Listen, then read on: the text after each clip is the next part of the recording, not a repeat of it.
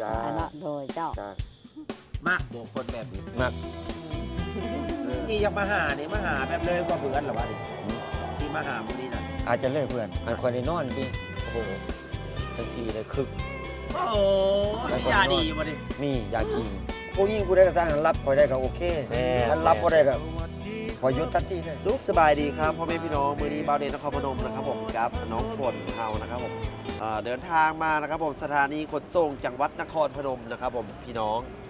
เทศบาลเมืองนครพนมนะครับผมมารับนะครับผม FC หรือว่าอุบาวฟังไทยนะครับผมสิไปลมบุสาวนะครับผมมือนี้สิเป็นผู้ใดนะครับผมมาจากจังหวัดขอนแก่นอุดรจากอุดรเด้อพี่น้องเด้อเดี๋ยวเราสิไปรับนะครับผมเพื่อนนะครับผมลงรถทัวร์นะครับผมอยู่บอนทางพุ้นนะครับผมเอาสิตามไปเบิ่งเด้อพี่น้องเด้อเอาก่อนชมอย่าลืมฝากกดติดตามกดไลค์กดแชร์นะครับเป็นกำลังใจให้บาวเดนนครพนมเด้อพี่น้องเด้อเป็นกำลังใจให้หนุ่มไทยนะครับผมสิไปคว้าใจสาวลาวผู้ใดเนาะเขาติดตามรับชมเลยครับ ตอนนี้รถจากอุดรนะครับผมก็ได้ถึงนครพนมเลยเด้อพี่น้องเด้อเราสิไปเบิ่งนะครับผมเรามีชื่อว่าวิญญาลินเด้อพี่น้องเด้อรถหักกระฮ้อนเมื่อกี้นี่นะครับผมตอนนี้เวลาประมาณ18 นาฬิกาครึ่งนะครับผมพี่น้องโอ้นี่ สบายดี สบายดีมาเต็มๆจากโมงเขาจากโมง โอ้ยใหญ่กู เอ๊ะ โอ้ย เอ๊ะ ฮิตลินครับดู จากโมงเขาจากโมงเลยโอ้เด้อเอ๊ะ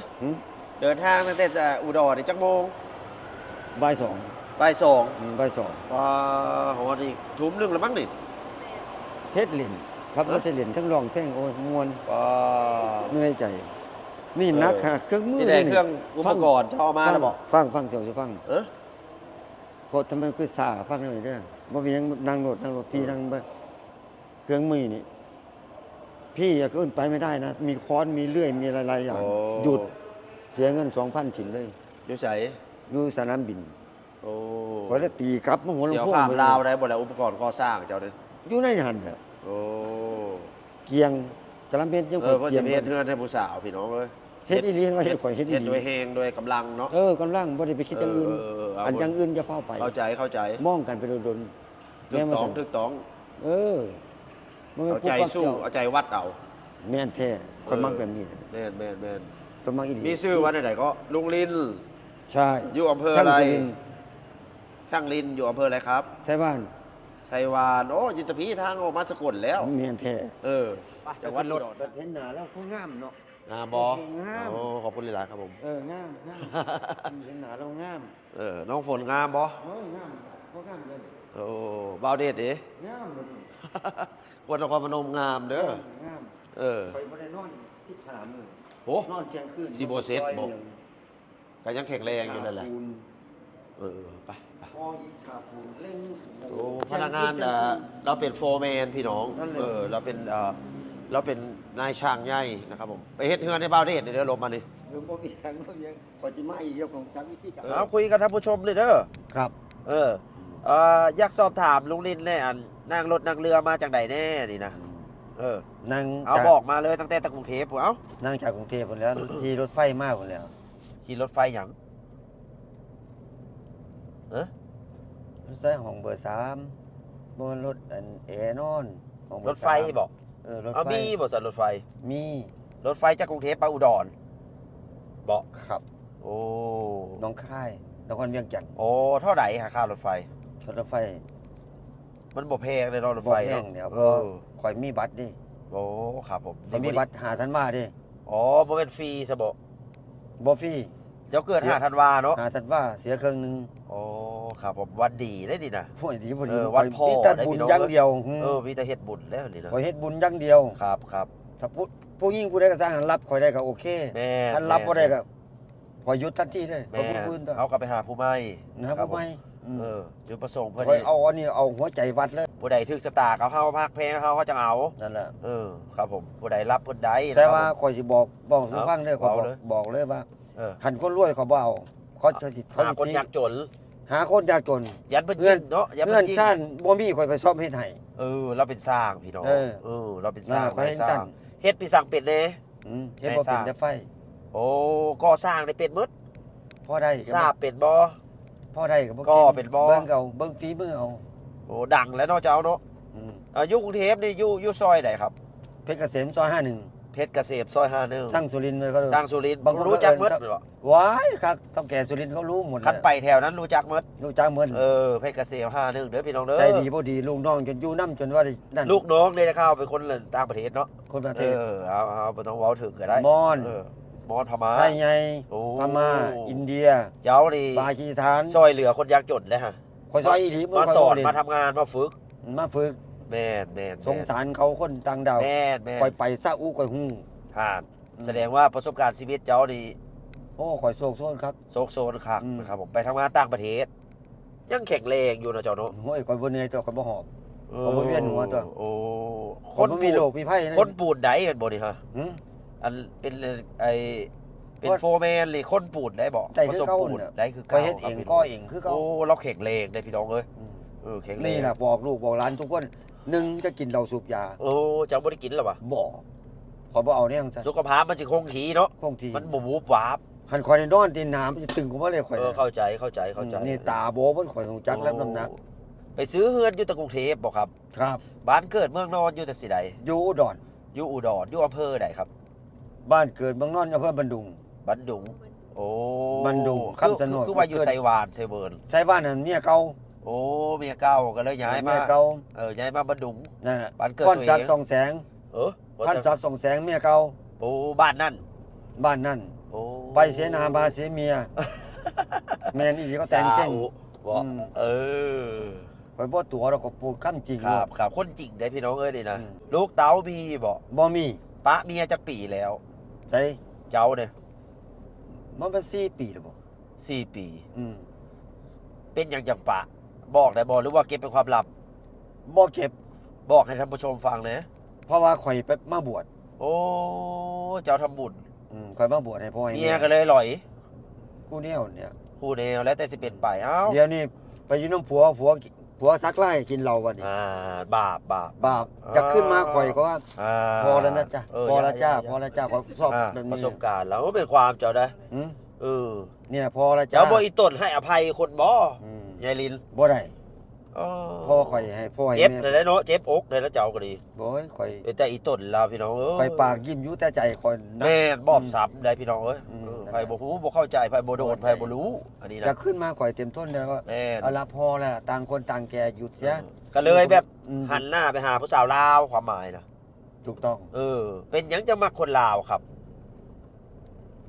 บ่าวเดชขอถามเลย มักอยู่นะครับบ้า เขาขยันเรื่องราวของชีวิตของแต่ละคนนะครับ โอ้ บางคนก็เหงาได้ อืม แบบพ่อใหญ่เมื่อวานนี่ก็เหงาเหรอบอกฮะ อืม ไปยู่คอแค่ไปนึ่งข้าวนึ่งน้ำก็มีนะบางคนนะ โอ้อันแบบนี้บ่เอาข่อยไปแห่งจะบ่ เจ้าก็มักแบบไหน ข่ ต้ อ อย งไป มัก เฮ็ดน้ำกัน ข่อยมักแต่ว่า บอกหรือว่าได้ ฟัง ครับ ฟัง เอา ความมักแบบนี้ เอา ไปดูแลงานช่วยกันบางทีผมไปซื้อของ อ้าวอ้าว บ่คือกันเนี่ย อ้าวต่างแบบ เบิ่งเด้อผู้ใดหยุดเครื่องมือผู้ใดสิเบิกเงินเท่าใดจ่าย โอ้ไปบริหารอันนี้นะ หันคือเสาป้อมเว้าเนี่ยถือหูกับปั๊บโลด โอ้มักแบบสอบปลอมเนาะ สอบปลอมเราสลาดที่ไหน ฉลาดตัว เออ ผู้หญิงไผก็ตามคนว่าอยู่ซื่อๆนิ่งบ่ได้ นิ่งบ่ บ่ ได้ แม่นว่าสิเอาไปเป็นบ่แม่นว่าสิเอาไปแบบนั่งของเงินเด้ บ่ ต้องรู้จักเวียกจักงานเด้พี่น้อง แม่น เราจะก็สิเอาอันนี้นะต้องเข้าใจนะค หั รั นเอาแบบไอ้ โอ้เมื่อตีดอยู่เอาไปหยังเนาะ บ่ได้ต้องทำงาน ต้องทำงานครับพี่น้อง แต่ต้องทำงาน นี่แหละนักรบ ต้องทำงาน ผัวทำอันหนึงเมียทำอันหนึง เข้าใจตั้งอยู่กันรอด โอ้ยคักแล้ว มันแบบเสริมแต่งตัวอยู่แต่เฮือนซื่อๆครับบัวเฮ็ดเวียกเสียบ่เฮิงจะได้ก็ลิ้น แย เป ก ล่า ทาง แล้ กั วน แยกทางกัน ครับ ดี ไปใส่กระไปน้ำกันเนาะ แม่นแท้ ครับนี่แหละเรื่องราวของเพิ่นเลย คันข่อยบ่ได้เสียเงินนะครับพม่า ฟังไป ก่อนมี รื่อยๆ เงินหลายกว่านี้ ครับ ข่อยตั้งใจแล้วบ่เสียเขาเฮ็ดคันว่าคนไทยที่พวกเฮาไทยอีสานหันคนไทยทั้งพุ่นน่ะอย่ามาคบกับข่อยข่อยเห็นเนี่ยไม่แต่ที่แรก โอ้ ดีครับสุดท้ายก็แหลมเขาเห็นบ่หางเหี่ย โอ้ แหลมเขาแล้วข่อยฮู้หมด เขาเว้าครับพม่าหักขยันเท่าใด ขยัน เฮ็ดเป็นเฮ็ด เฮ็ดประเทศนี่ เฮ็ดเป็นเฮ็ดได้ข้าวว่าแบบนั้นแหละ อัน เอาวันนี้นะ วันนี้เทคานเสร็จกูเลี้ยงเหล้า เร่ง เขาไม่กินเหล้าเลี้ยงไปโคกแบบนี้ เร่งเลย โอ้ แม่น ย บ่ ข่อยมีวิธีการ โอ้มันมีกระตุนเนาะกระตุน โอ้ยกระ เขา ตุ้นใจเขาตัวเอาอันนี้ก็เลยไปซื้อข้าวกล่องมา แสดงว่าการบริหารเจ้านี่ อืม ประสบความสำเร็จไประดับหนึ่ง นั่นแหละ เราเป็นผู้บริหาร บ้านนี้แฟนบ้านนึง เออ แฟนไปซื้อกับข้าวนี่ข้าวกล่อง ครับผม จากนั้นไปทำเองที่บ้าน โอ้ ส่งให้เขากิน ครับครับ เพราะเขาก็หิวโหยเขามาพึ่งเราก็ต้องพึ่งเขา ครับครับ อืมนี่ข่อยบอกสู้ฟังคักๆเลยหันว่าคนไทยหยุดเลยครับข่อยโอ้ยักษ์ลัก งานก่อสร้าง บอเลยเขาบอ เ เอาเขาเพิ่งเลิกพวกเนี้ย โอ้ โนโหลด โอ้ กูบ่เอากับมึงหรอกขี่มอเตอร์ไซค์อวดกันแอนสงกรารรอรับอยู่ เออ ปีใหม่รอรับอยู่ค่อยเห็นมัด โอ้ ไปพุ่ง ครับผม เป็นคือรอรับจีแอนตุ๊บเรียบร้อย โอ้นี่แหละเรากำลังมุ่งหน้าไปสู่สะพานที่3เด้อพี่น้องเด้อคุยกันไปนำเนาะ คุยกันไป จะ นั่ หน่อยที่ขึ้นละรีสอร์ทนะครับผมยักษ์ชิโยฟังใดนะครับผมเพราะว่าบางเทื่อกับด้านต่อมอเพิ่นอาจสิปิดเท่ากับพักอยู่ไทยซะก่อนเนาะ แมน พ่อใหญ่ลิน แมน มือเสาร์จะไปต่อถ้า แม่น บ่ปิด ต่อ เฮาก็ข้ามไปเลย แมน นะครับเฮาพักอยู่ไทยเฮาสิไปเบิ่งห้องพี่น้องตามมาเด้อเออ มันเปิดออกทางนี้ยังฟ้าไทยเจ้าบนหนัก เอ้า คนนักอีดีมันเครื่องมืออย่างนี้ กูคือมือเอาไว้ดีไปจังหรือเชียวลงทั้งสอง อีหยังก่อนเสียวลงฟังมาคุยกันก่อน เอาแต่เสื้อผ้า ฟัง ไป ฟังก่อนจะเข้าไป ของฟังได้ไหมฟัง เอ้า ฟังของที่ข่อยจัดไป1สบู่ผงชูรสเอาไปให้เขา เอาไปให้เขา สาวเองยังก็ สาวลาว สาวมีหน้า โอ้บ่โพสต์ผุนเจ้าบ่มีบัตรพาสปอร์ตเฮาไปบ่ถึง เอาไว้น้ำเจ้า เอาไว้ซะก่อน เอาไว้น้ำเจ้าเข้าใจป่ะอยู่ได้หนีเมดนี่ โอเค เอาไปให้น้องมีนาเนาะ เออ สาวโอน สาวอ้นเท่านั้น พงสลด ผงชูรส เอามาหลาย แป้งนัว ใช่บ่ อยู่ได้หนีเดียว ยับมาอีกเลยว่ากอง เอายาให้แม่เพิ่นทำขอยาไม่ให้กินไปแม่เพิ่นทำได้นี่ ยาหยัง ยาบำรุง ยาบำรุงให้แข็งแรง แข็งแรง ยาแก้วิน หัน เวียน ผู้ใช้กันนุเขาคันดี โอ้โหให้เบาได้กินแต่ว่าตัวแรง ข่อยมียากินตัว ให้เบาได้กินหรือตัวแรงสะโพกหน้าตาเปล่งปลังเนาะ ข่อยมียากินตัว อายุ70ยังแข็งแรงอยู่เนาะ69หรือ70 70ไปห้องเอาไปคุยกันอยู่ห้อง เอา สิบิ่ง เอาไปเอาให้ไว้ให้เจ้าหมดขอยบ่เอาไป เอาเสื้อผ้าเปลี่ยนเด้ซะ บ่แม่นอันเครื่องที่ไปให้แม่เพิ่นสาวอ้น เข้าใจยาเพิ่นได้กินน้ โอเค ำข่อยสงสารเพิ่น ไปคอยสิพาเข้าห้องก่อนตอนนี้ ไป เอาตามมาท่านผู้ชม ไป อันนี้เจ้าของร้านเจ้าของห้องอันนี้นะ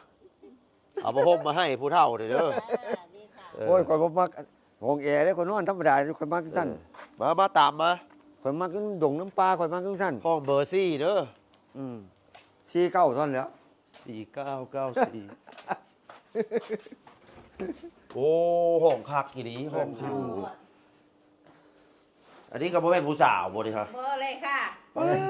สองลูกสามละ ลูกสาว อ๋ออย่าออกเลยอันนี้ห้องน้ำพอมาคักพี่น้อง อืม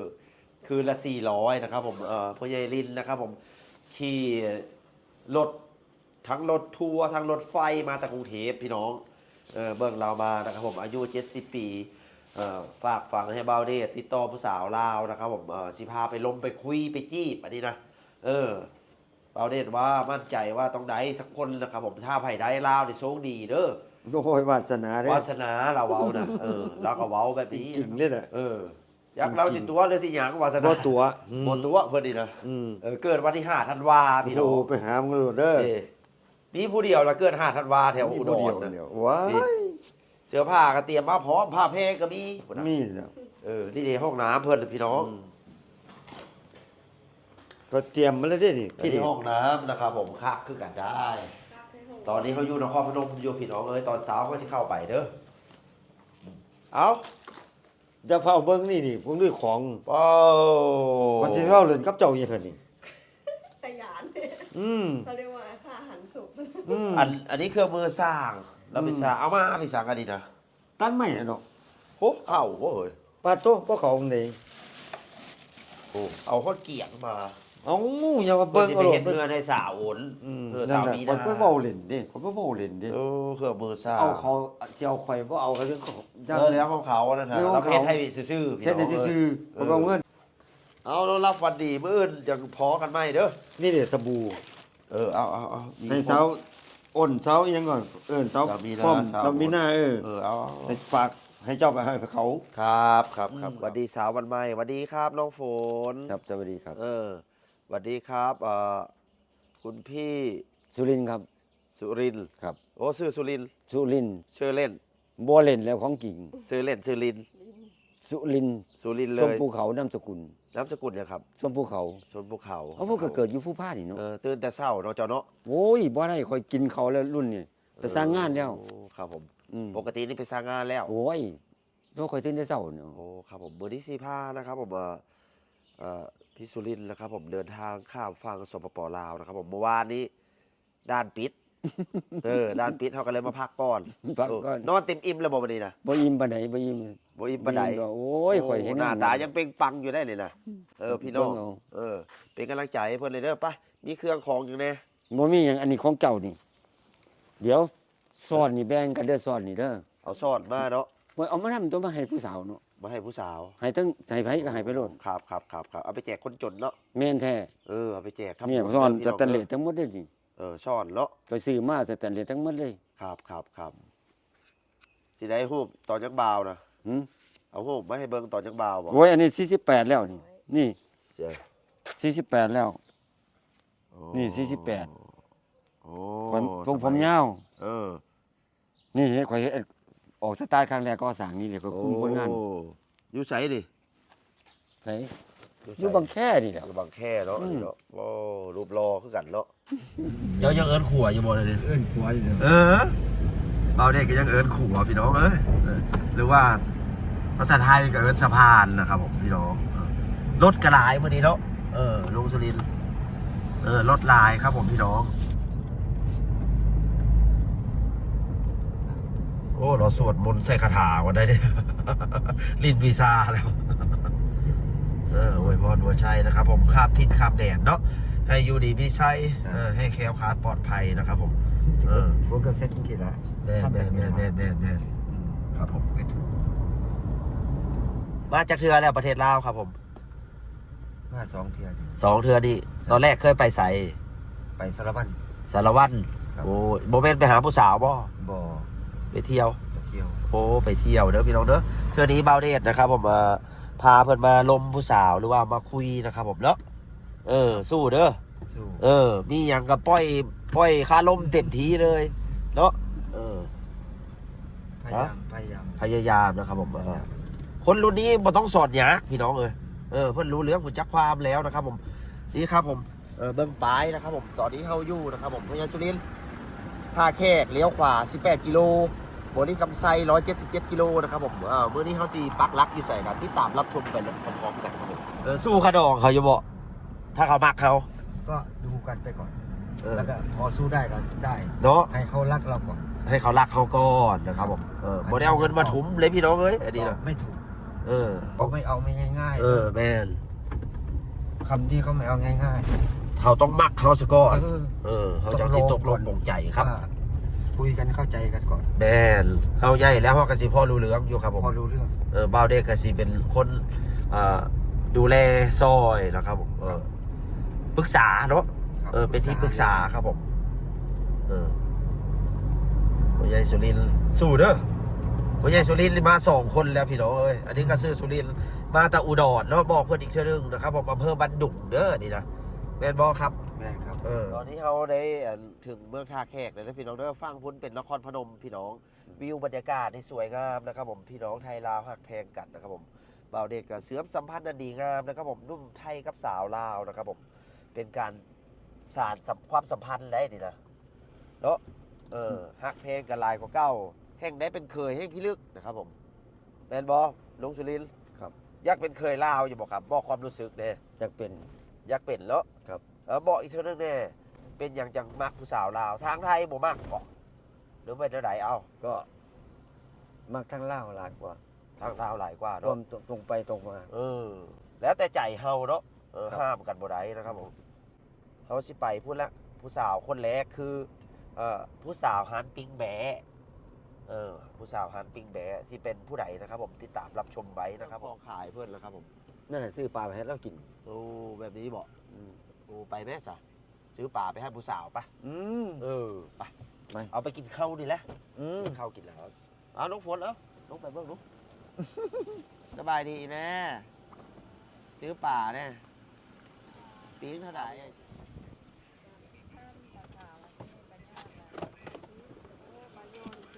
แซ่บเนี่ยเอา2 ปีเนี่ย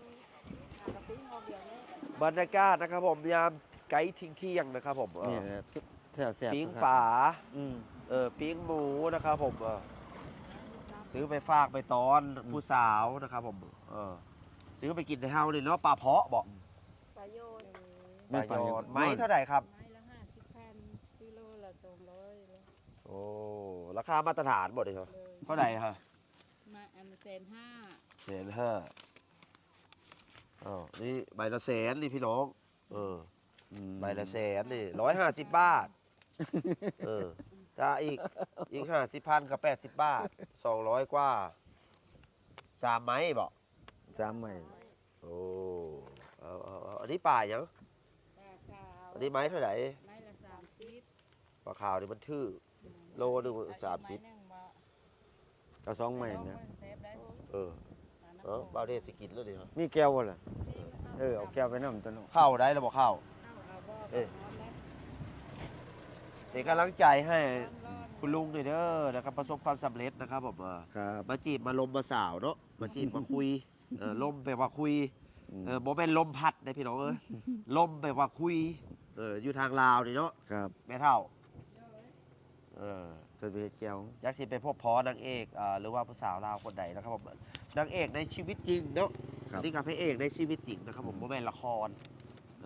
บ่มีตัวแสดงแทนอันนี้นะครับผมเขาเว้าพาตะผู้เฒ่ามาแท้เขาเว้านะ อืม เจ้าสิตอบว่าได้ๆเอา อืมก็บางทีก็ผู้เฒ่ามาก็มีน้ำใจอยู่ มีหัวใจได้พี่น้อง ก็ เล มี ย น้ำใจ เท่ากับมีหัวใจ ผู้เฒ่าก็มีหัวใจก็มี จ้า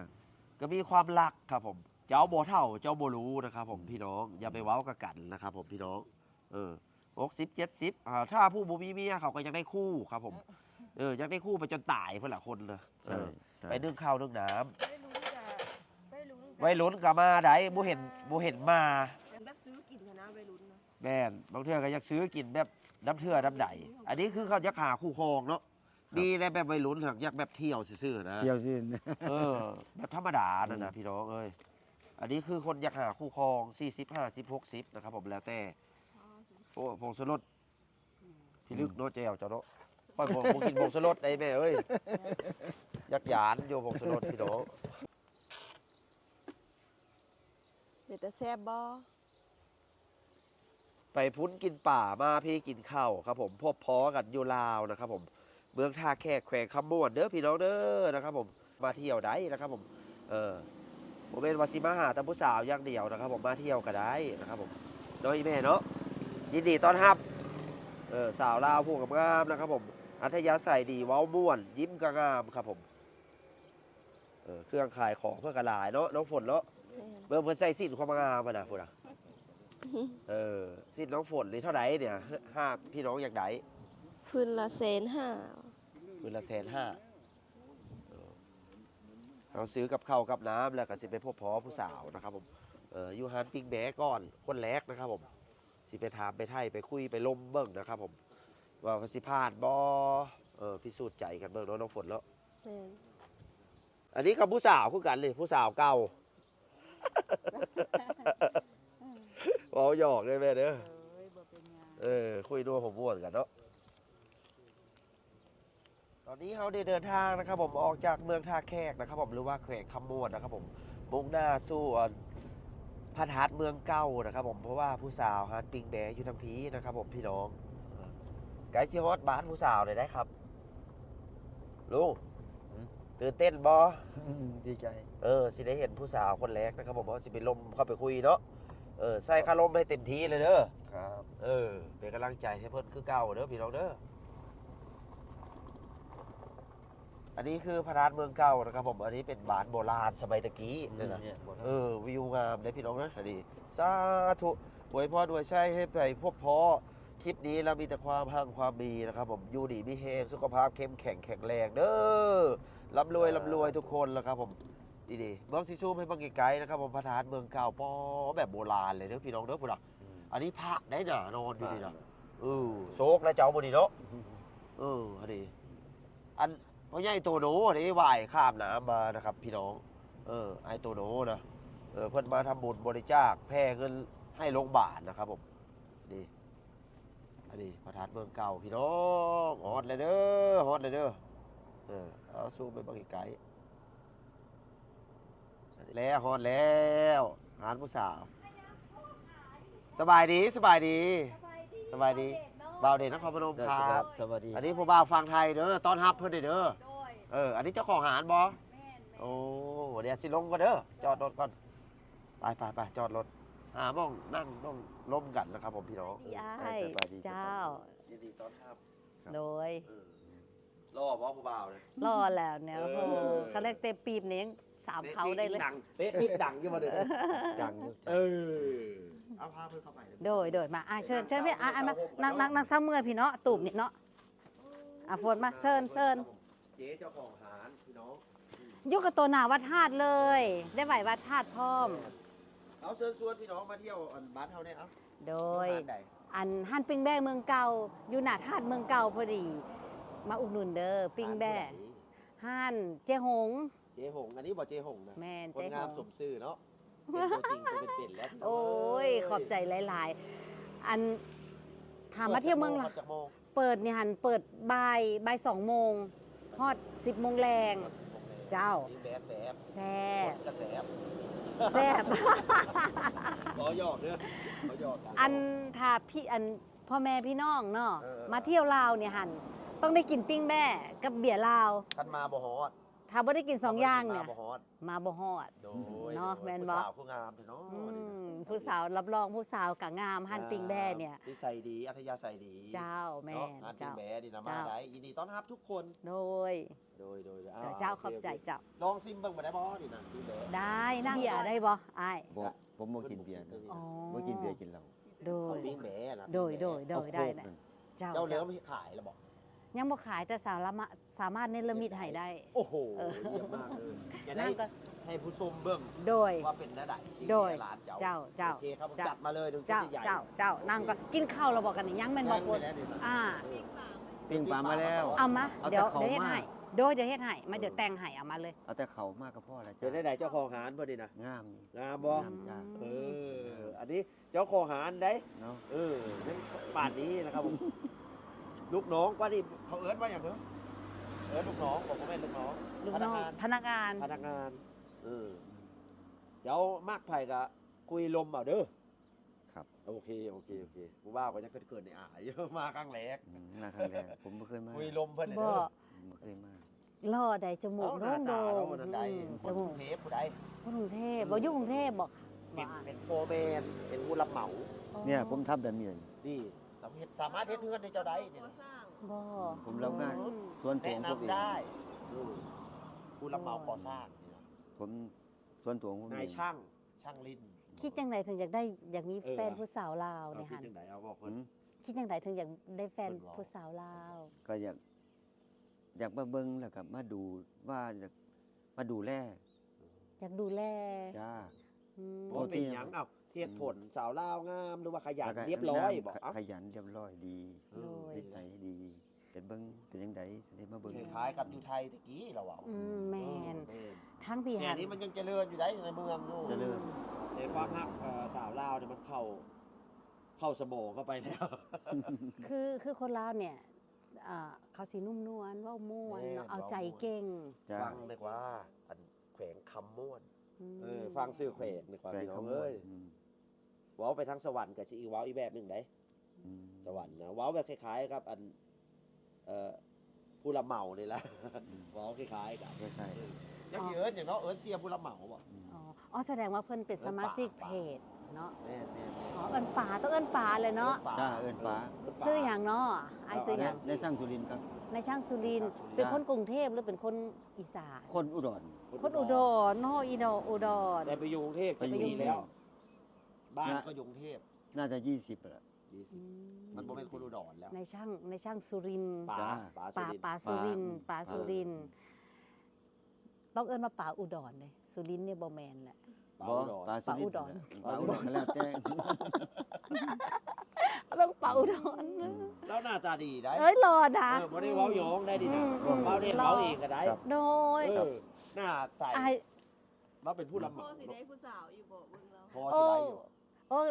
เดี๋ยวเจ้าของห้านเอาเองเลยได้นี่ อันนี้ ตาลอดเนี่ยหัน จ้ะ ใจเย็นเลยจับมือให้เลยเยี่ยมเลยเยี่ยมเลยครับผมเออ บ่เอาเลยเด็กน้อยเนี่ยเนาะ เออมัน เอาให้ล้มกันไป อ่ะมัน ผู้ใดกันจากนั้นอายุมันห่างกันเนาะ แต่ว่ ไอ้เนาะ จริงใจได้ จริงใจ มันเว้าเล่นได้ ทั้งนี้ จริงใจได้ โดย เอาเจ้าอันขอให้เจ้าไปให้อนุญาต เอาอัน ไปฮ็ด ไปเอาอันกับข้าวมา เดินนั่นละกินข้าวก่อน โดยเนาะไอ้เนาะแม่นก็เดินกินข้าวก่อนอืม เอาน้ำมาให้คนเด้อ โดย ผู้ชมกินข้าวแน่ จ้ะล่ะ ลงสุรินทร์ ไหน นี่เด้สาวเอิ้นผู้ช เชิ ม ญมาทานข้าวนะจ๊ะอืม มากินข้าวนํกันเด้อพี่น้องเด้อนะครับผม กันเด้อพี่น้องเด้อ ถ้าคุยผู้สาวจักหน้อยนะครับผมเขาสิได้เห็นนะครับผมว่าเป็นผู้ใดเนาะ เวลาก็เที่ยง มาฮอตกับตอนเที่ยงพอดีนะครับผมผู้สาวเพื่อกระต้อนฮับนะครับผม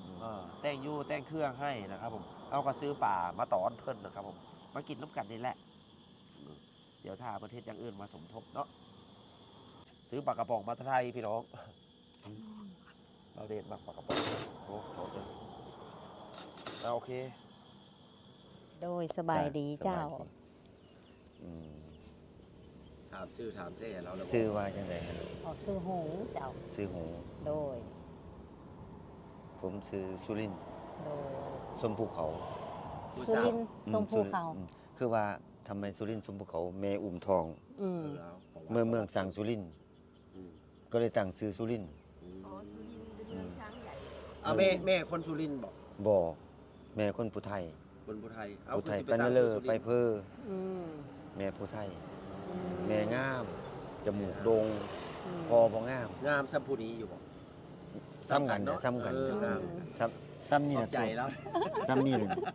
ซ้ำนี่เลยนี่ สามีสามี ซ้ำนี่แหละจ้า โอ้แสดงว่าเรางามว่ะ ซ้ำนี่แหละซ้ำนี่แหละแม่ไข้เติบอยู่นั่นแหละ อืม แต่ว่า ถามเราได้ผู้สาวซื้ออย่างแล้วบอก ซื้อหงส์แม่นบ่ แม่ซื้อหง อยู่บ้านใดผู้สาวนะ อยู่บ้านไหนเมืองใดนี่ อยู่บ้านมงสุ่มนี่แหละอ้าย อืม อยู่หน้าวัดท่าสีโคตรเลยหมองอ้ายมานี่แหละเจ้า อยู่หานใด ห้านปิงแบ้เมืองเก่า หานพี่เบียเมืองเก่า โอ้ มาพบพอได้ตลอด ได้ตลอด ผู้สาวยังโสด ยังโซ่ เอาแม่เลขโทรศัพท์มาพร้อม อืม จะได้โทรหา โดย หรือไลน์มาหากันก็ โด ได้ ย บัดมือจากเอาน่ะนะ อืม อืม ให้อยู่แล้วหรอวะนี่ก็ดี ไลน์มาเลย แล้วก็ อืม ฟังมาเลยหันเฮา เออ คุยกันเข้าใจกัน เจ้า แล้วปรึกษาหารือกัน เจ้า ขาดเหลือหยังบ่มีหยังบอกผม เจ้า โอ้ขอบใจให้หลายๆขอบใจให้ห ผม ลาย เป็นคนแบบนี้นะ ๆโดย แต่ว่าบ่มีหยังดอกแต่ว่า เงินทองเริ่มมีแล้ว ร้อยอย่างเมื่อกี้ อืม ช่วยเรือยังก็จะเว้าเลยกิน หักแพงกันเนาะอ้ายเนาะ ฮักแพงกันถ้า เจ้า ฮักแพงกันแล้วก็โทรคุยกัน โดย ขาด ใส่ใจคอ นิสัยใจ โดย ความเบิ่งเอาเบิ่งเอา โดย นะ โดย เบิ่งเอาผมก็บ่งามบ่ว่าผมเอานี่ คืออันนี้มาให้เห็นแล้วเนาะ มผมเอาใจตัว เห็นตัวจริงแล้วอันนี่ ผม นะ เข้าใจ ดีกว่าโทรคุยกันแล้วจะไม่เห็น ผม ได้ เอาใจ อันนี้เห็นกันแล้วจะโทรคุยกัน ขาดเหลือหยัง เบาเดช ก็บอกผม โดย โทรของเทพด้วยผมรับ โอ้ขอบคุณอ้ายนะตอบใจ ผมรับเหมาก่อสร้างบ่ได้ออกจากบริษัทออกของตัวเอง อืม เอาฝีมือ เอง นั่นแหละ อืม ทำเอง ลูกน้องคันนี้ลู แถ ก ว น้อง นั้นหัวจักซื้อเสียงเราเมิดบอก ฮู้จักหลายอีนี่นะ อืม ลูกน้องจะมีคนต่างดาว อืม แต่ว่าคนไทยโนกุดอย่าว่าดูถูก อืม ไม่เอาก่อสร้าง เราเคยรับลูกน้องคนไทยแล้วเขาบ่สู้งาน บ่สู้งาน อืม มีคนน้องคนลาว เจ้า สมกิจบ่อทอง คนลาว อยู่ เก่ง อยู่นี่อยู่ในเขตนี่แหละสมกิจบ่อทองนามสกุลน่ะไปอยู่นํผม แต่งแม่ให้ อืม 30,000 โดย เราไปอยู่น้ำลาวเราเลี้ยงให้ เงินเลี้ยงเอาผมเลี้ยงเอา บัดนี้ โดย เขามาอยู่พี่ เอาหัวหน้ามาแต่งเนาะบัดนี้เนาะ สงสัย เบิ่งก่อนเบิ่งก่อน เออ เออ ผมมา2เที่ยแต่ไปศิลวันไปทางพุ่นไปทางพุ่น แต่บ่ไปดูดอกแต่ว่ามันเป็นเพื่อนที่ดีต่อกันเป็นเพื่อนที่ดีต่อกัน เคยไปแล้วสารวันเนาะ ไปแล้ว เราเป็นเพื่อนกัน เพื่อนกัน เออ บ่ได้ลวงบ่ได้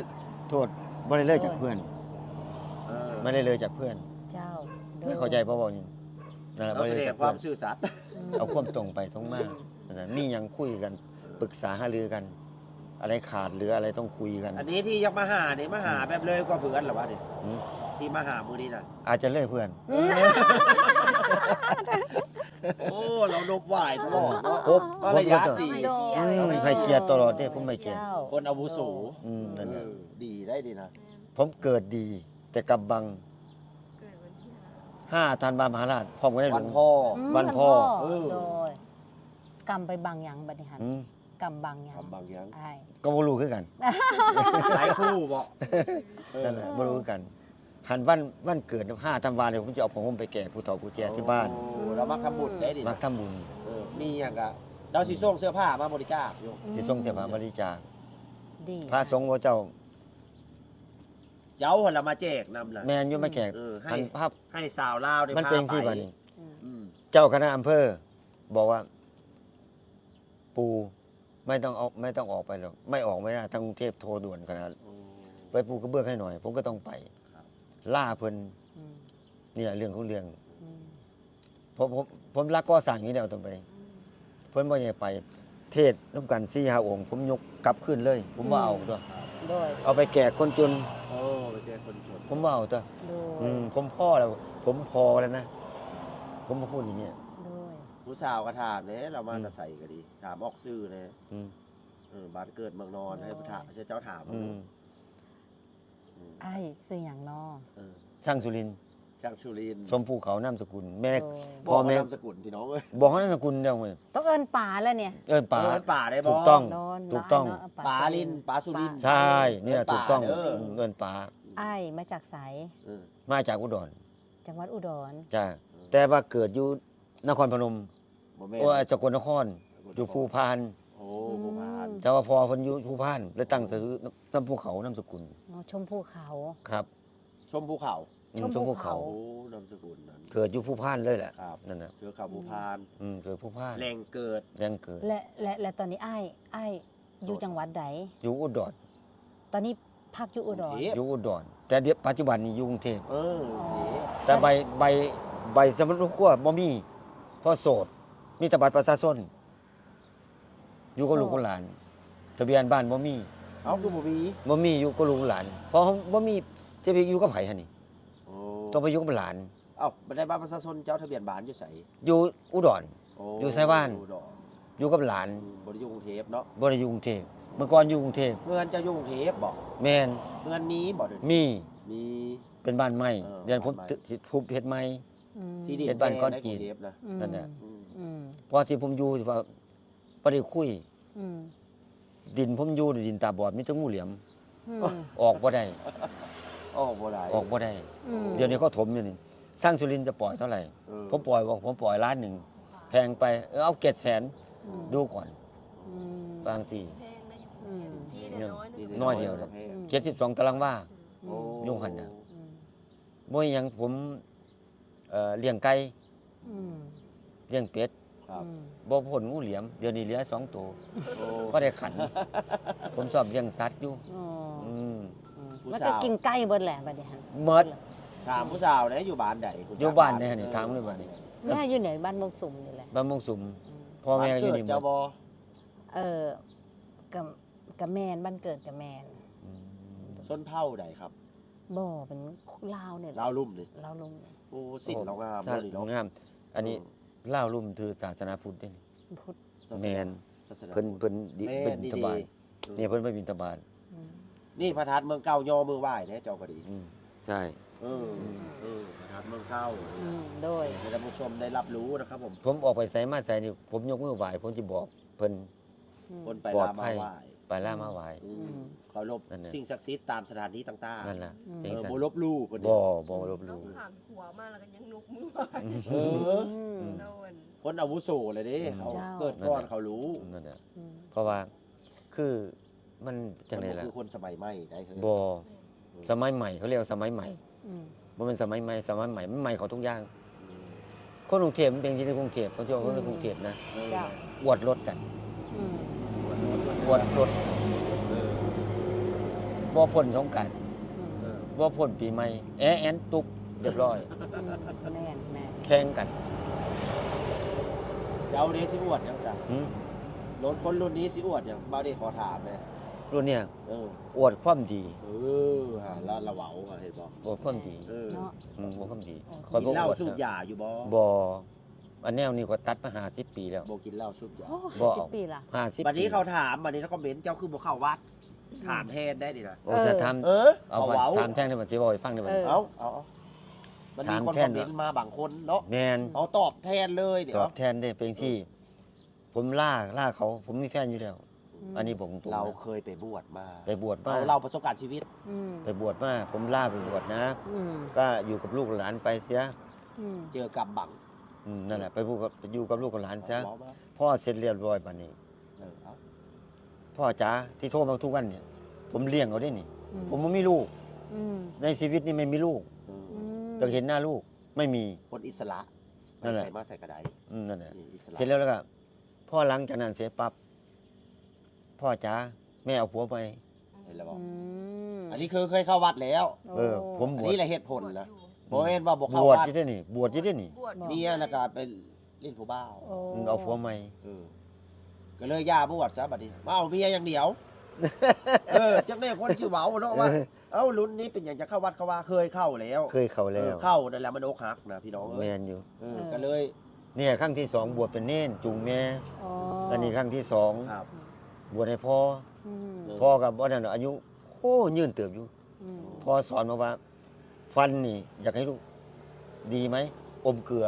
อืม ผมไม่เคยได้ปวดฟันบ่ฮู้จัก แค่เราสะอาด อืม หมดเลยคนสะอาดเนี่ย อืม คอยบอก คนมักงาม เออ มักสะอาด คนมักสะอาดมัก เบิ่งหยังกระสร้าง ข้อดีนี่แหละผู้สาวมากคือคนสะอาด คนมักงาม สุข มัก ภ สะ พ อาด ผู้ใดก็บ่อยากไกล บ่ อืม เวลาข่อย บ่ ฟังบัดนี้ เวลาข่อยสาปูนี่ม่อมแม่มเบิดเขาจะเอาไปซักเอง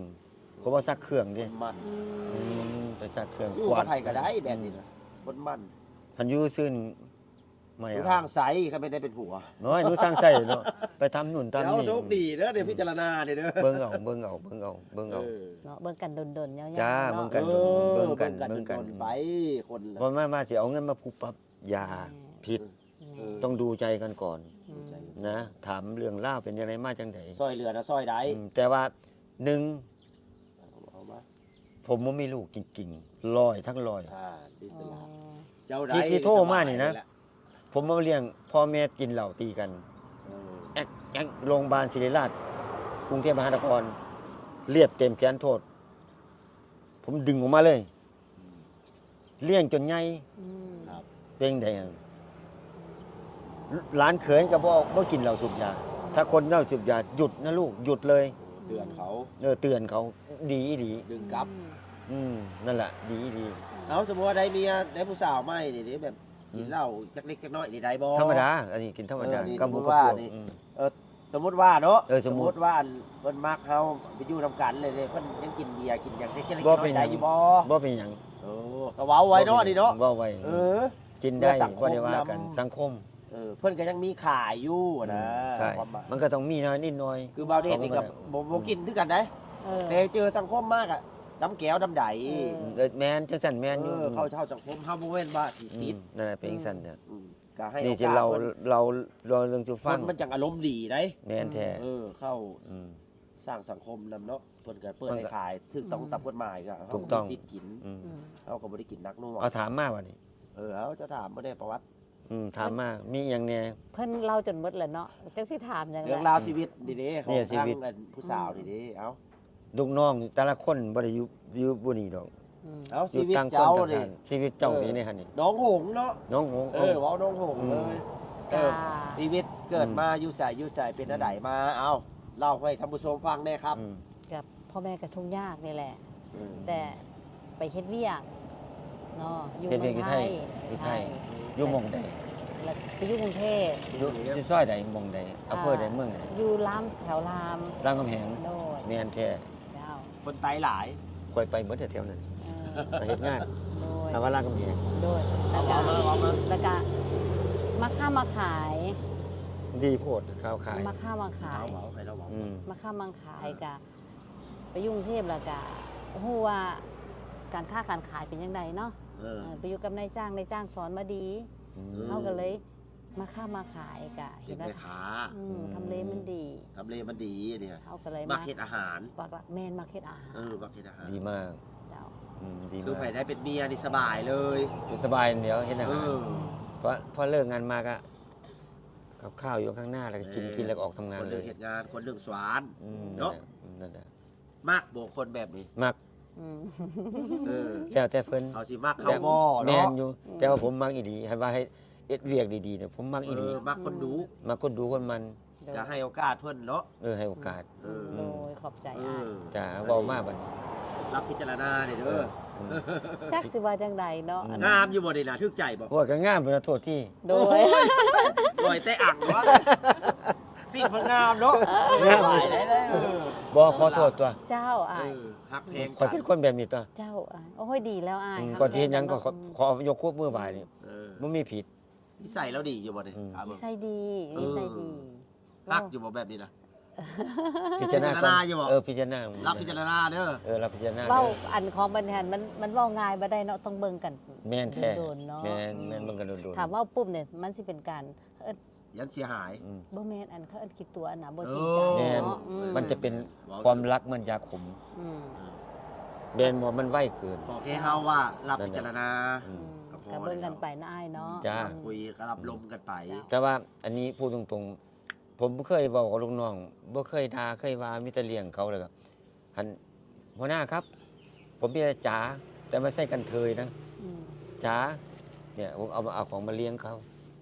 ได้กินอิ่มก็อยู่ได้ ผมชอบคนต่างด้าว เจ้า มันทำงานโอเค เขาขยัน เขาขยัน เอามา คือ ว่าคนลาวขยัน ขยัน คนลาวขยัน เจ้าอ้ายอืม แต่ว่าคนไทยใหญ่ผมพูดแบบ ขอ นี้ ซี เล เม ย นต์เบาจะได้เบาเลยนะครับ งอนบ่คิเมนบ่อยู่หุ่นกันคือกัน โอ้ คือกัน เนาะ เขามาสมัคร เข้าใจเนาะ เอาแต่เงินอย่างเดียว ตกเย็นมาเมา ถึง ผมรับไม่ได้ ก็เมาแบบนั้นแหละ คือผู้เมาก็เมาถูกคนดีก็ดีแต่ไม่ได้ว่าดอกแต่ว่า อ้าว แผนกอื่นคือแผนกอื่นแผนกอันนี้จะก่อสร้าง เข้าใจภายในก่อสร้างนี่ ตกลงมาเสร็จเลยล่ะลูกพี่เสียเงิน เจ้า ส่วนมากต่างดาวทางอันพม่า อืม กับลาว อืม ที่ไปเป็นลูกน้องเราเขาทำงานขยัน อืม ในส่วนของลาวพี่น้องไม่ได้โดยรวมหรอกเออ บ่ได้ร่วมบ่ได้ร่วม เจ้า เป็นบางคน อืม เป็นบางคน คนไทยก็ดีคือกัน เจ้าเจ้า บ่ได้ว่ามันเป็นบางคน แม่อาชีดีในแผนกอื่น ครับก็อาจจะดีแผนกอย่างอื่น แผนกอันนี้ บ่คือกัน อันนี้ผมเป็นแผนกก่อสร้าง อืม นั่นแหละผมรับผิดชอบตัวนี้ เราเป็น สูง หัวหน้าม มากเลย แต่ก็บ่แม่นคุบนี่ซื้อเด้ ผมทำงานนํ อ่า อืม เราเฮ็ดน เฮ็ดนํ ำก่อสร้างทราบเป็นหมด นั่นแหละปอแล้ว เฮ็ ก็ ด สร้าง น้ำบ่เดี๋ยวนี้ เฮ็ดนํเดียว อ๋อสมพอเราหน้าแดงเป่งๆพี่น้องหน้าสดใส หันคอยได้นอนติโอ้โหจังซี่เลยคึก โอ้มียาดีบ่ดิ มียากิน ยาจีนบ่ โมละ500 ปึงปังบ่ดิ โอ้โหไม่ ปั่ ต้ น อง เบาเด้แต่ว่าจะกัน โมละ แพงจัง 500 ใด สิเอาไปได้บ่มียาเม็ดเด้ยาต้ม ฟังแล้วรู้สึกเลยยัดตัวได้เนาะ บ่ตัว เออ สิเอามาให้ โอ้ย อยู่ใส่อยู่กระเป๋า บ่ต้อง โซน ของแท้ได้ดินะ ของแท้โอ้ยผมกินยากิน โอ้ กินเขาวแล้วบ่ ละเอียดเนาะ เคี่ยวละเอียด เดี๋ยวให้ละเอียดได้มันเป็นธรรมเนียม อืมแล้วก็เวลานอนบัดนี้ ซอยระบบย่อย 4 ทุ่มผมนอน เรานอนตรงเวลาเป๊ะ นอน ตื่นเดจักโมง ตื่นแต่เช้าตีห้าครึ่ง ผู้สาวเรามาปลุกตี ไปปลุก เช้ากับพวกกันเบาเดชแต่เดี๋ยวก็พาไปหาผู้สาวเด้อ มากันแต่จักโมงเลยค่ะ เออกับฮอตดีเที่ยง เมื่อวาน อ๋อแสดงว่าเมื่อวานเนี่ย วานนี่ไปนอนหน้าด้าน ไม่ทัน ข้ามบ่ทัน อ๋อ เด็กมาค้ำ ไปฮอตด้านแล้ว เราจะบ่มีพาสปอร์ต อืม ก็เลยเฮ็ดบ้านพันเดนพันเดนมันปิด อืม ถ้ามีพาสปอร์ตจะยื่นได้เขา4 ถุง อืม ก็เลยลบไปอีก เอาก็เลยต้องไปนอนที่นครเนาะ อืม ก็เลยไป บ่ เฮ็ด ฮู้ ที่ จั ท่าก เรือ บ่ฮู้จักไปนอนอยู่ท่าเรือไปมาว่าให้มันจบไป อืม มาเอากระเป๋ากันไป เสียเงิน 2,000ถ้าแม่นหนักกระเป๋าก็เสื้อผ้าหรืออะไรนี่ เดี๋ยวเขาบ่เข้าใจคือเครื่องบินบอก มันคือเครื่องบินมัน แม่ เลยถอดออก มาเครื่องบินอธิบายเขา ที่แรกว่าเครื่องบิน มันเอาเครื่องมือก่อสร้างมา เอามือก่อสร้างนี่กระ เขา เป๋า ก็ อะ บ่ให้ผ่าน เขาไม่ให้ผ่านมีเกียง มีแต่เพียกอันพวก เกียงกะละเม็ด อืม ค้อนนั่นแหละตัวสำคัญซิว นักเกิดเหรอมะ ว่าเสียวเอามาเฮ็ดเฮือนให้ผู้สาว เรือว่าจะที่ไหนผู้สาว โอ้ เรื่องของเรื่องเนี่ยนะ อืม มีครบอยู่กับอันไม่ได้ เงินนี่นะครับ ไม่ได้ ตีก็รถกลับของมวลำโพงตัววันนี้ เฮ็ดเฮือนไปสั่งยุทธภู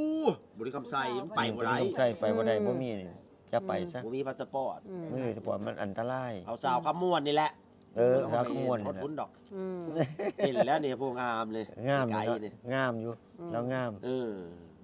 งามอีหลีนเด้อ ครับให้เพิ่นพิจารณาเนาะ พิจารณาเอาเบิ่งเอา รับเพิ่นพิจารณาเด้อผู้สาวอะน้องหงก็ดี ก็สั่นมาแต่เว้นแล้ว ผู้งามเนาะผิวพรรณดีอยู่บ่เนี่ยผู้สาวเนี่ย โอ้ยดีแล้วนะ หุ่นเฮิรนเด้ให้ หุ่น ได้ งา บ่ มได้ ถึกตาบ่ ถึกตา อืม เพิ่นสิมาเข้าบ่แค่นั้นแหละ ท่านน่ะปฏิมาเข้าบ่ท่านน่ะ บ่ได้การสุดยอดเลยตอนแรกต้มปลากินเลยเด้อฝากท้องเลย จะเป็นเว้ามวน น้องม่วน เว้ามวน แล้วเว้าถึงหลักการหมดแหละ อืม เว้าถึงหลักการคน เป็นผู้ใหญ่ เป็นผู้ใหญ่ไปได้นึกโชคดี อันนี้เด้อผมชูทุฟัง เจ้า เอาลูกน้องมาขอโทษนะ เอาลูกน้องมา3 คน อืม แม่มุ่นไล่เต็มตัว คุยกัน ไอสัตว์ เอาไอควาย โทษทีไปด่ากระโดดเจ้าของ ควายวันนี้แม่ควายนี่นะ มันก็ได้แม่ นั่นแหละมันก็ถูกต้องหนังสือไทยเขาไม่บอกอย่างนั้น อืม ผู้หญิงว่าขาผู้ชายครับ อืม ร่วมยังแมน อืม เอานี่ก็แล้วกันเดี๋ยวพรุ่งนี้อีก3 วันผมเคลียร์ตังค์ให้ออกไปเลย อืม ด่ากันนะ โหด โหดที่ได้ข่อยอย่างข่อยโหดนี่ อืม ถ้าบ่ถือใจข่อยโหดโลด เข่งขาด เออ บ่สั่นปกครองน้องๆบ่ได้ อืม ใส่สิทธิ์จังรุนแรง ว่าถ้าได้เมียไปโหดวันนี้บ่ได้ได้ บ่ได้มันอันคนละส่วน เอาเมียไปเฮ็ดหยัง เอาเมียไปเฮ็ดหยังพะแนกใดเอา เออ ถามเลยผู้สาวก็ดีแล้วถามเลย เสียไปเฮ็ดหยัง บ่จะเอาไปหนึ่งแต่งแรงแต่งง่ายส่วนจินนี่ยังขายยังคุยกัน ม เฮ็ดกิน คนหนึงนะคันว่าวันนี้ฉันทำกับข้าว เธอไปซักผ้าผมไปซักเอง อื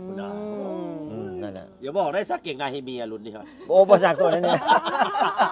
บ่ซัก อืม ไม่เป็นสันบ่ซักไปเก่งได้บ่ซักเอง ต้องซอยกันคิดพิจารณา อืม แล้วไปซอยคิดบัญชีการเงิน อืม วันนี้ลุงน้องเบิกเท่าไหร่ วันนี้ลุงน้องทำกี่คน อืม ขาด นี่ นั่นแหละ เป็นคนนับเงิน เวลาเราไป จ่ายเงิน ผมบ่ได้อยู่นี่จ้ะบัดนี้ สมมติว่าเราไปทางอื่น ไปซื้อของ วันนี้เอามาเท่าไหร่ วันนี้เอามา ให้ ตัน เมี ห ย นึ่ง เป็นคนประสานงานทำนองนี้ นั่นประสานงานกันมันประสานงานเด้ประสานงาน อืม นั่นแหละ เป็นจังซี่ โอ้อารมณ์ดีเว้ย เออ อารมณ์ดีเลยเว้ยธรรมดา อืม สมองยังเกี่ยวอยู่ดีนะ ไหวผมพอได้อยู่ดอกสมอง อายุเท่าไหร่แล้วก็บอกตรงๆกับผู้สาว 70 หน้าเราคือ70อยู่บ่จอ อืม อืมบ่ประมาณ60 ประมาณ 70 60ก็เว้านั่น นั่นแหละ5ธันวามหาราช รู้เป็นหยังไงสาวทางไทยคนนี้เด็กคือดันโดน ไอ้ผู้สาวน่ะถามเอ้า อืม ถามเราดูเป็นอย่างจังดันโดนมาหาผู้สาวลาว ผู้สาว หม ไทยก็มีคือบ่มักอยู่ไทยมา เออ มาอย่างฮอดพี่ฮอดลาว โอ้ ขวมน้ำมาเฮ็ดหยัง คือ ถามนะ ผู้สาวล่ามมันมีความจริงใจ มากกว่าผู้สาวไทยทำจริงแล้วก็รักจริง อืม เป็นสิ บ่ต้องเว้าเพือดแบบนั้น เว้ามักทั้งพี่แล้วก็แล้วแหละ บ่เว้าให้ละเอียดไปอีก ม จะได้เขาสิเม้นมาเว้าเจ้าได้ บ่เว้าดอก มักไผมักมัน มันแล้ววันนี้มันมักบ่คือกันดอก มักบ่คือกัน บ่คือกัน คือทางนี้เนี่ยบาดนี่มักผู้บ่าวฟังไทยอยู่บ่ในใจนะ อืม ที่ถ้าสิบอกว่า คนบ่ว่าคนไทยคนลาวเนี่ย เนาะ มันก็มีทั้งคนดีและบ่ดี ถูกต้อง สำหรับข่อยเด้ แม่น ทุกฟัง มันอยู่ที่ว่ามื้อนี้หั่นสายแนนมันถือกันบ่ อ ถ้าสายแนนมันถือกันเนี่ย มันก็ดีนํกัน แม่น ถ้ามันบ่ถือกันมันก็ เป็นไปบ่ได้ ผิดกัน คิดกัน อืมอันสิบอกว่า อันลังเทื่อถ้าคนลาวเนี่ยก็มีทั้งคนดีและบ่ดี ถูกต้อง คนไทยก็คือกัน คือกัน ก็อยู่ที่ว่าบุญวาสนาเนาะ แน่น อืมถ้าเฮามีความรักความแพงต่อกัน ก็ถือว่าเฮาเฮ็ดบุญร่วมกัน ถูก อันดับแรกก็ดีแล้ว ถ้าเฮาคบกันไปแล้วพิดเถียงเว้ากันบ่เข้ากันน่ะก็ถือว่าเฮ็ดกรรมร่วมกัน มันโมเมนต์ เป็น แบบ ได้หนุ่มอยู่บ่มืออะมือผู้สาวลาวหนุ่มอยู่บ่ หนุ่มอยู่ มือคนเฮ็ดเวียกได้ดิน่ะบ่ได้เป็นจุ้ยซื่ คือกัน ได้ คือกัน อืม มือเฮ็ดเวียก บางทีก็ชาปูนทั้งมือเลย อ่า โอ้ ชาปูน นี่แหละดี อืม แต่มาผมต้องเอา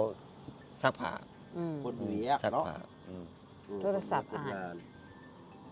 เอาปิดไปก่อนคุยผู้สาวซะก่อนปิดไว้ สองเครื่องบ่ได้ สาว อยู่ บ่แม่น ไกลลินโขงเด้เนาะ แม่นสัญญาณมัน อย่าบอกได้เมียโทรนำฮะ บ่มี ลูกสาวอีดี โอ้ยเจ้าเลย โดย กลับกรุงเทพนั่นน่ะที่ถูกหลักมันน่ะ โดย เราจะเข้าทางพ่อแม่ เขาทั้งพ่อแม่ผมสอบเขาทั้งพ่อแม่ อืม เป็นสั้น โดย มันมากครับมีเงินมาทุ่มเลย ถ้าพ่อแม่บ่มีเด้ หึ พ่อแม่บ่มีเด้ บ่มีก็คุยกัน อืม คุยกั ใหญ่แล้วอันนี้ ใหญ่แล้วนั่นน่ะคุยกัน บ่เป็นผู้บ่าวผู้สาว ดูแลกันไป อืม อันใดบ่ดีบ่งามอันใดก็คุยกัน ถ้ามีพ่อแม่มันก็ถ้าเข้าข้างทางพ่อแม่ก็ดีเพราะว่าบางคน นั่นล่ะ พ่อแม่บ่มักเนาะ แน่น บางคนก็ อันนี้สบายอันนี้ สบายเนี่ย ถ้าถือใจกันก็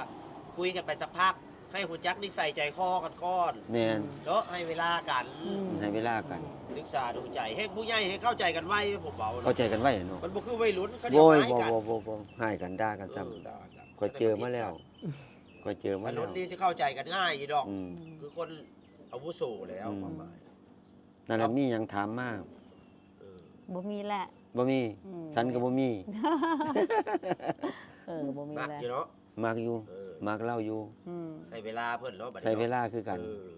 อันมีหยังก็ไล่พาคุยกัน เออ เจ้าอ่ะ ปรึกษาลือกัน เอาแบบใดเฮ็ดจังได โดย อืม เอาลายกันไว้เลยเนาะ เดี๋ยวนะเบิ่งก่อน เออ เบิ่งสิ แลกไลน์กันไว้ส่งรอยยิ้มไปให้เราเด้ อืม เออส่งรูปงามๆให้เรา ใส่ ด้ บ่เห็นบ่เห็นขึ้นลายเจ้า เอาเป็นกำลังใจให้น้องหงกับพี่สุรินทร์เลยนะพี่น้องเด้อบ่ต้องเอาลุงได้เอาพี่ แต่ได้หมด บ่เห็นบ่เคยบ่เห็นขึ้นลาย ให้เราผุนเราสำนาน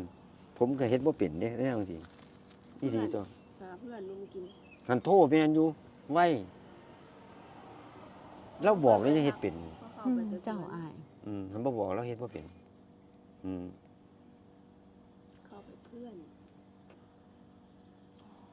โทรศัพท์เราบ่มีเน็ต มัน มีบ่เน็ต มีแอปได้อยู่ มาขอโทรศัพท์มาแลกเปลี่ยนเบอร์เปลี่ยนไลน์กันไว้เด้อพี่น้องเด้อเดี๋ยวสิให้โอกาสฝ่ายยิงนะครับผมพิจารณาฝ่ายทราย ลอง นะครับ ดู ผม ข้อความไป ฝ่ายทรายนี่มักอยู่เนาะ บ่ออกได้จากหน้าหลัง ผู้สาวแบบนี้เนาะเข้าใจเนาะ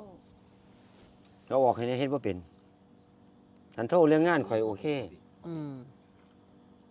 เอาลมกันไปสักพักเด้อโอ้ไหนแล้วมันไผอันนี้น่ะ อืม ฮะผู้สาว อืมงูเร่ง โมเห็น งูเฮงเราดี ตัวนี้ เงินไหลเข้า หน้าผากกว้างบ่ นั่นแหละ หน้าผาก หัวล้าน บ่ มันเต่าแล้วผมมันหล่นหมดละ บ่ว่าจังซั่นมันเป็นหน้าผากเราเพราะงูเฮงดี เด้อ เพราะผมเบิ่งออกต้อง บักใส่สิ้นงามครับขออนุญาตถ่ายสิ้นเด้อนี่นะส้นเผาลาวลุ่มเนาะสิ้นพื้นเมืองเพิ่นเนาะ แม่นอยู่ สิ้นเข้าวัดเข้าวา เอ้ยนี่แหละ นี่แหละอยู่ไกลวัดไกลวาผู้สาวก็เลยงามแบบสุภาพเรียบร้อย แม่น นี่นะมักแบบนี้บอก มากแบบนี้ ครับครับครับครับขอให้สมหวังเด้อ จ้า เออ อืม วันนี้นะครับผมผู้บ่าวผู้สาวก็ได้พบพ้อกันแล้วนะครับผมผู้บ่าววัย70 ปีเดินทางมาจากกรุงเทพนะครับผมลงมาอุดรแล้วก็ต่อมานครพนมข้ามมาเมืองท่าแขกนะครับผมตอนนี้เฮาอยู่เมืองท่าแขกนะครับผมแขวงคำม่วนเนาะแม่นบอสาวหงส์ แม่น ผู้สาวได้พี่น้องเอ้ยนี่นะผู้สาวเนี่ยเพราะว่ายังบ่ได้ลูกได้ผัว ยังบ่ได้ผัวเนาะได้แล้วอาจสิปะแล้วหางกันอาจสิเป็นเขาเป็นอย่างแม่ไม้ แม่ห้าง แม่หาง อันนี้แหละเพลง มีลูกบ่นี่ เจ้าร้องเพลงเป็นบ่ มีลูกบ่ แม่หางมหาเสน่ห์ ลอง เอาลองเบิ่งจากเพลงเนาะแม่หางมหาเสน่ห์ ลองบ่เป็น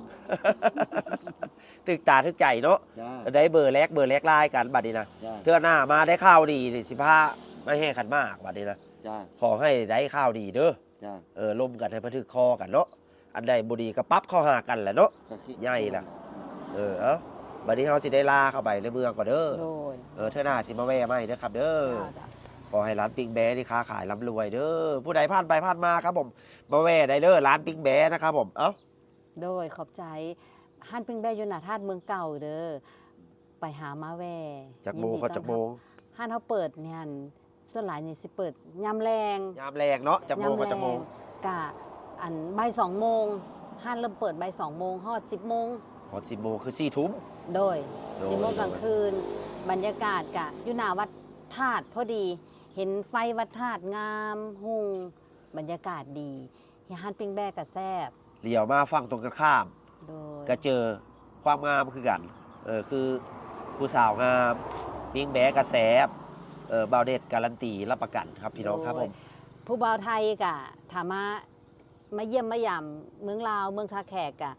มาอุดหนุนในเด้อ แวะมา แวะมา มาอุ ยา ด ม หนุน มาอุดหนุน มายาม แน่ มากินข้าว เจ้า ไปพ้นกินป่ามาพี่กินปิ้งแบะ โดย เออ กินปิ้งแบกก็ได้กินเมนูป่าก็ได้เพราะว่าอยู่แถวนี้ป่าหลาย โอ้ ให้ ครับ บอก ค อั รั น บ เบาเดชก็บอกว่ามื้อนี้เด้อพวกเขาสิเข้าไปเด้อแล้วเขาสิเก็บ นัด ป่า กันไว้ เก็บ เนาะ ป่าน้ำของแท้ๆเลย เอากระดาษมาเขียนเองนะ เจ้าว่า เขียนเอง ตอนเช้า ติดไว้หน้าบ้านก็ได้ เอาใด ว่า รับโมเปิดเงินเปิดทอง อืม ทำโมเปิดเงินเปิดทอง ๆโอ้ สังโฆเปิดเงินเปิดทอง ไหลเข้ามาเรื่อย อืมโด ๆ ทุ ย กวันที่บอกคาถาให้ โดยโดย ครับ โดย ครับครับสาธุสาธุ ขอให้มีเนี่ยตัวเนี่ยสำคั เอา ญ โยม ปากกามาเขียนไว้ เดี๋ยว เออ เดี๋ยวพิมพ์ในนี่ก็ได้อ้าย บ่เฮ็ดบ่เป็น เดี๋ยวพิมพ์เองมา พิมพ์เองพิมพ์เอ เอ็ ง มส่งมา เจ้า เอาเว้ามาเว้าให้ฟังลูก นะครับ พุทธังนะโมเปิด ตอนเช้า เงินทองไหลมาเทมาทำโมเปิด เงินทองไหลมาสังโฆเปิด เว้าดังๆนะครับ หึ เว้าดังๆเลย เอา จบแล้วมันบ่ บ่จบ เอาใหม่ ฟังเอาไหม เอาใหม่ นะโม นะ นะ โม โมนะโมบ้านนะโมก่อน นะโม นะโมเปิดเงินเปิดทองไหลมาเทมา นะโมเปิดเงินเปิดทองไหลมาเทมา ครับทำโมเปิด ธัมโมเปิด เงินทองไหลมาเทมา เงินทองไหลมาเทมา สังโฆเปิด สังโฆเปิด เงินทองไหลมาเทมา เงินทองไหลมาเทมา นั่นแหละ สามอย่าง สามอย่าง นะโมเปิด เงินทองไหลมาเทมา ครับ ทำโมเปิด ธัมโมเปิด เงินทองไหลมาเทมา ครับ สังโฆเปิด เงินทองไหลมาเทมาสา สาธุสิ่งของเงินทองไหลมา อันนี้ผมก็เรียนมาพวกนี้ โดย เปิดเขียนที่หน้าบ้าน เขียน หรือว่าตื่นมาเฮาของเขา ตื่น ว่า ก็ได้ตื่นก็ว่าเอาเองเลย มาว่าเอาเลยไม่ต้องเขียนเนาะ ไม่ต้องเขียน ว่าทุกมือเลยเนาะก่อนเปิดห้าน นั่ เนาะ นแหละดีมาก เจ้า นั่นแหละ โอ้ยได้คาถาจากผู้เบาวไทย ห้านค้าขายร่ำรวยแล้ว รอ วัน อ สุด ยู่ ท้ายครับ ผู้บ่าวฟังไทย หล่อ อืม หล่อ เพราะว่าผม ยังแข็งแรง สุขภาพครับพ่อได้เพราะว่าผมรักษาสุข กินเห ภา ล้า พ เมายาอันนี้นะ นั่นน่ะผมไม่กินเหล้าเมายาก็เลยไม่มีอย่าง เบิ่งเหงาคือ55เนาะ อืม เบิ่งในกล่องเลยนะ เพราะว่าเนี่ยจังซี่ผมว่าเอารับบ่ได้ อืม ตื่นขึ้นมาก็ทำงาน หาเช้า เจ้า หาทำงานทำการแล้วก็หันอยู่ร่วมกันก็มันมีเราเห็นอยู่เนี่ยอยู่ร่วมกันนะแฟนทำอย่างหนึ่งเราก็ทำอย่างหนึ่งช่วยกันไป ไม่ใช่แฟนทำหนึ่งตัวเองมันนั่งสูบบุหรี่จบเลย ไป โดน จ้า โดย สุขภาพแข็งแรง โดย จ้า อ่าเนาะโดยเจ้า จ้า ขอบใจไอ้หลายๆ มาหยามไม่เด้อ อั อั นนี้หักแพงกันไว้นะครับผมอันดับแรกก็แบบนี้แหละครับผมหักลมกันไว้เนาะแล้วในบ่ายมือผู้สาวลงถึกอยู่บ่เนาะบาทนี่นะ ถึกใจแล้วถึกใจแล้ว อายุบ่สำคัญอายุเป็นเพียงตัวเล็กอยู่นี่ แม่น อยู่ในหัวใจ แม่น มือ พยายามรักษาออกกำลังกายรักษาสุขภาพ แม่ เมื่อเช้าผมก็ซกมวยเดี๋ยวเช้านี้ โอ้ ไม่ธรรมดา สกมวย อย่าบอกได้เอาเมียไปแล้วสิไปซก เพราะไม่ซกเป็นมันเนี่ย เออ แล้วก็ว่ายน้ เจ้าอ้าย ำเตะฟุตบอล เจ้า มันซอยตัวนี้ได้ เจ้า แข็งแรงแข็งแรง เราเว้าถือเราเว้า ถือไว้ เราดูดีสุดคนเรียนได้ อืม บ่แม่นว่าคนบ่เรียนไหนเนี่ยคนเรียน เรียนกับพ่อสูงกับพ่ออ่านออกเขียนได้ ท่อมโต จ้า เจ้าอ้ายเจ้า โอ้เที่ยวบ่ายแต่ผู้สาวบ่ธรรมดาท้อนี่นะผู้สาวก็ยิ้มล่าเริงดีมวน โอ้ยอย่ามาตัวเขาเด้อนี่เด้อบ่แม่นเจ้าสูบ่เนาะ ตัวบ่ได้ใด ตอน ให้ ไม่ได้ตัว เฮ็ นี่ ดให้ นะ เขาให้บ่ได้เด้อเนาะ แม่น ผู้บ่าวบ่ธรรมดาพี่น้องเอ้ย เจียก่อนเจียตาก่อน อ้าว บาดมือโทรบ่อยากมือพี่น้องเอ้ยลืมหมดเสื้อเฮ็ดว่าลืมเด้อหั่นเนาะเอาผู้สาวไปส่งผู้บ่าว เรือก ผู้ ระ แพ้ว เป๋า เนี่ย น้อยนี่ โอ้งามไปเลยสิ้นเขาสิ้นอย่างนี้นะสิ้นฝ่ายบ่ ม โอ้ สิน ฝ่าย สินทอพื้นเมือ ฮะ ง อยู่มือบ้ามา ฝ่ายมา มาส่ง น้ำใจสาวลาวเนี่ยบ่ได้ธรรมดาพี่น้องครับผม อันนี้ร้านขายปิ้งแบเด้อพี่น้องเด้อขายเครื่องขายของอยู่ของกินเนาะ มาฮอดเมืองลาวนี่คือสัญลักษณ์เมืองลาว โอ้อันนี้พี่น้องขอบคุณลาวเลยเด้อค่ะ โด ที่ ย ต้อนรับ โดยไปไปเดี๋ยวไปส่งไป ไป ไปเนี่ย ลงทางเมืองคักๆผู้บ่าวฝั่งไทยลงทางเมือง แข็งแรงได้นี่หัน แข็งแรงเราบ่กินเหล้าเมายาสุขภาพแข็งแรงผิวพรรณเปล่งปลั่ง สบายดีเด้ออ้ายแล้วมาหยามใหม่เด้ออ้ายเด้อมาหยามใหม่เจ้าโดยเจ้า ถึกใจแล้วผู้สาวลาวแบบนี้แหละเขาจังมักนะคนไทยมักหลายผู้สาวลาวนะเด้อเอามื้อนี้พอๆกันไหมเด้อบางเทื่อตัวแรกสิแวะมาไหมเด้อมากินข้าวบ๊ายบายเอาพอๆกันคลิปหน้าต่ออีกเด้อพี่น้องเด้อมีคลิปต่อไปนะครับผมอันนี้เป็นชีวิตจริงนะครับผมชีวิตจริงนะครับผมบ่แม่นละครชีวิตจริงยิ่งกว่าละครนะครับผมเอาจีพอๆกันคลิปหน้าเนาะโอเคสาวถึกใจบ่เอาคุยไว้พี่น้องอันนี้นะเฮาน่ะมักเขาแต่เขาให้เวลาเพิ่นไปยิงนะให้เกียรติเพิ่น โอ้ยให้เกียรติต้องให้เกียรติเพิ่นเด้อพี่น้องเด้อเฮาก็ล้มกันนะครับผมเฮานี่คือมาจากได้เมียได้พี่น้องเอ้ยถ้าผู้หนึงบ่มักเฮาก็ได้ผู้หนึงกันนะความหมายเนาะที่ขวดปลาตะบองตัวนี้พระศิคตบองแล้วก็พระธาตุเมืองเก่าพี่น้องเป็นกำลังใจให้ท่านขวอยู่นี่ ลุงสุรินทร์เลยเด้อพี่น้องเด้อทั้งลอยแห่งขวอยู่โอ้เด็ดใจผู้สาวได้บ่ดีความล้มดีเนาะเจ้าโนโอ้ยเจ้าไปเรียนมาใช้วิชาคุณเพจนะมีอยู่ที่ต้นได้แหละโอ้โหคุณเพจได้พี่น้องเอ้ยนี่เนาะไม่ธรรมดาคุณสางก็บอกว่านี่มื้อนี้คุณเพจค่อยยอมคารมเดี๋ยวแล้วค่อยเอานี่ออกตัวแขนเต็มท้องค่อยออกค่อยย่านค่อยมาจากเขมรถ้าบ่ออกให้พิลึกโว้ยบ่ได้เป็นอะไรพอเขมรบ่ดีนะเป็นปอบเจ้าลิ้นวิซาเด้อระวังเด้อปอบได้เป็นปอบบ่แม่นแต่ก่อนเข้าใจบ่ได้เรียนวีซ่าอันนี้บ่ได้เรียนวีซ่าแต่ก่อนเรียนวีซ่าเอาแขนเต็มท้องออกอาจารย์ว่าเอาออกซะมันไม่ดีครับเอาเข้าวัดเลยไม่ได้อยู่ที่ตัวเองสุดยอดขนมบ่ได้เพลง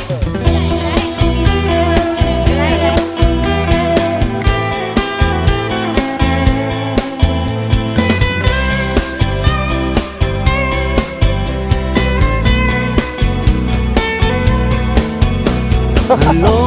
สวัสดีครับผมชื่อบ่าวเดชนครพนมจะขอนำพาทุกท่านไปเที่ยวชมประเพณีวิถีชีวิต